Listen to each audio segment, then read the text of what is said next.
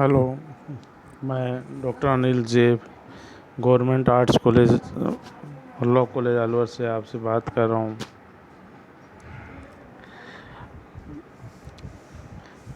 तो आज अपन इंटरप्रिटेशन में इंटरनल एड्स के बारे में बात करेंगे।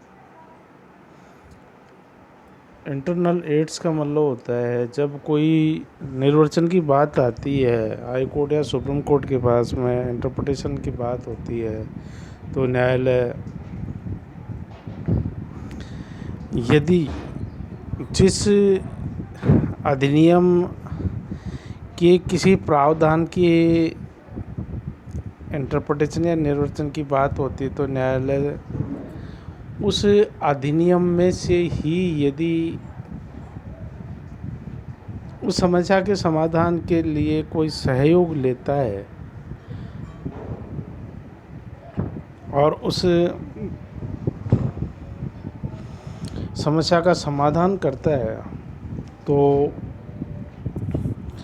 ये कहा जाता है कि ये जहाँ से, क्योंकि अधिनियम की किसी प्रावधान की निर्वचन की बात है, तो संबंधित अधिनियम को में जो अन्य जो प्रोविज़न है उन सभी प्रोविज़न्स की सहायता से उस समस्या का समाधान किया जाता है। तो इसको कहेंगे कि ये आंतरिक सहयोगी है, इंटरनल एड्स हैं। जैसे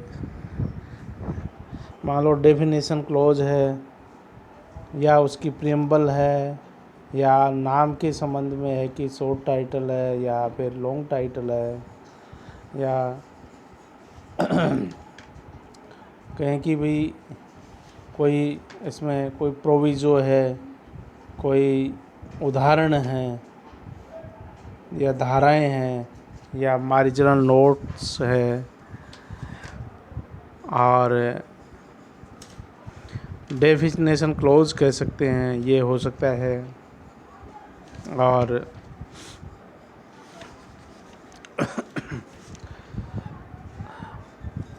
धाराएं हो सकती हैं, और कोई पंक्चुएशन हो सकते हैं, कोई शेड्यूल हो सकती है। तो इन सब से यदि न्यायपालिका कोई सहयोग लेती है उसे इंटरप्रिटेशन करने में, तो इसको ये कहा जाता है कि ये आंतरिक सहयोगी हैं। कानून की विभिन्न विशिष्टों का वर्णन किया जाता है कि समय समय पर न्यायालय के समक्ष निर्वचन करते समय कई संदिग्धताएं उत्पन्न होती है, तो उन्हें संदिग्धताओं के निवारण हेतु न्यायालय जो सहायता की आवश्यकता होती है, इनमें प्रमुख सहयोगी मतलब आंतरिक भी हो सकती है और बाह्य भी हो सकती है। बाह्य के बारे में हम बाद में चर्चा करेंगे, अभी हम आंतरिक सहयोगी की बात कर रहे हैं। तो पहला जो आंतरिक सहयोगी हम कह सकते हैं वो शॉर्ट टाइटल। तो शॉर्ट टाइटल में का मतलब है कि किसी अधिनियम का नाम, एक सामान्य सा नाम जो रखा हुआ है या जिसका नाम है, तो उससे क्या यदि समस्या के समाधान के लिए कोई सहयोग लिया जा सकता है या नहीं लिया जा सकता है इसमें। जैसे हम कहेंगे इंडियन कॉन्ट्रैक्ट एक्ट 1872 हुआ, इंडियन पैनल आईपीसी हुआ, इंडियन पैनल कोड हो गया, इंडियन एविडेंस एक्ट हो गया, हिंदू मैरिज एक्ट हो गया। तो ये जो नाम है, इससे सहयोग सामान्यतः न्यायालय निर्वचन करते समय नहीं ले पाता है, क्योंकि सिर्फ नाम ही है, उसका किसी प्रकार से कोई विस्तृत रूप नहीं है, इसलिए सहयोग की बात नहीं होती है। दूसरी बात हम देखते हैं कि लॉन्ग टाइटल।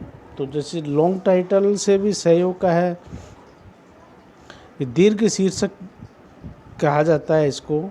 और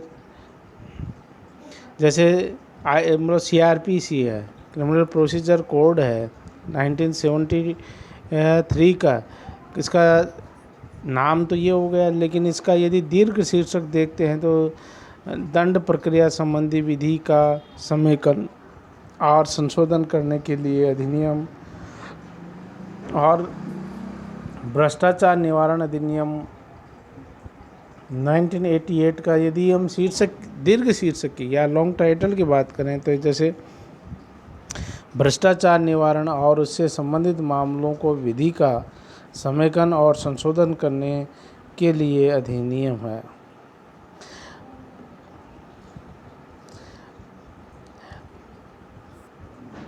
पहले क्या था कि जब दीर्घ शीर्षक को कानून का भाग नहीं माना जाता था, इसलिए कानून के निर्वचन में से आंतरिक सहयोग के रूप में इसका कोई मान्यता नहीं थी। परंतु आज की स्थिति देखते हैं तो न्यायालयों के दृष्टिकोण में भी निश्चित परिवर्तन हुआ है और अनेक अवसरों पर कानून के उपबंधों के निर्वचन में न्यायालय को उसके दीर्घ शीर्षक में सहयोग लिया जा सकता है। तो न्यायालय उसमें दीर्घ शीर्षक का मतलब है कि यदि न्यायालय उसमें सहयोग ले भी सकते हैं।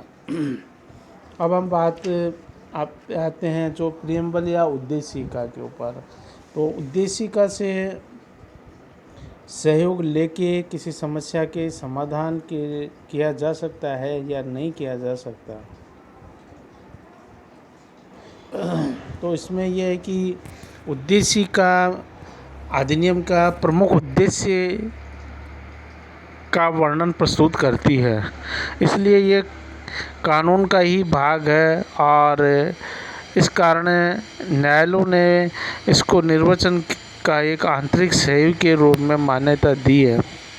ऐसा कहा जाता है कि उद्देशिका विधायिका के मस्तिष्क को खोलने की एक की है या चाबी है।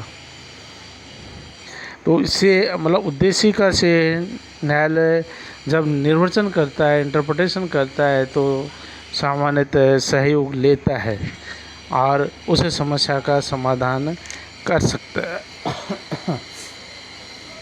जैसे मामला था जिसमें पश्चिम बंगाल राज्य वर्सेस अनवर अली का था।